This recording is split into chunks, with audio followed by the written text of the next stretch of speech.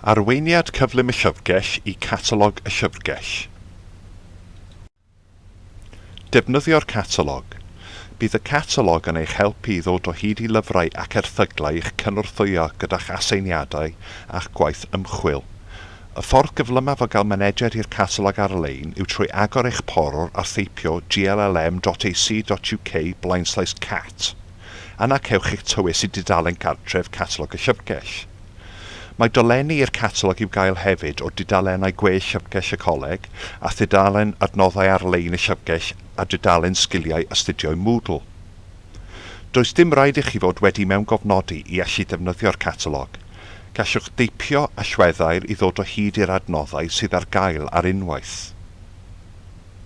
Cyn y chwilio, byddai'n ddefnyddiol i chi fewn gofnodi'n gyntaf i'ch cyfrif Gmail yn y coleg mwyn i chi allu gael mynediad rhwydd i e-lyfrau ac e-gylchgronau. I weld rhagor o adnoddau'r llyfrgell ac i gael help, edrychwch ar y fideos Sut I ar sianel YouTube y llyfrgell. Edrychwch ar canllawiau astudio Moodle neu'r tudalennau astudio Google Sites newydd.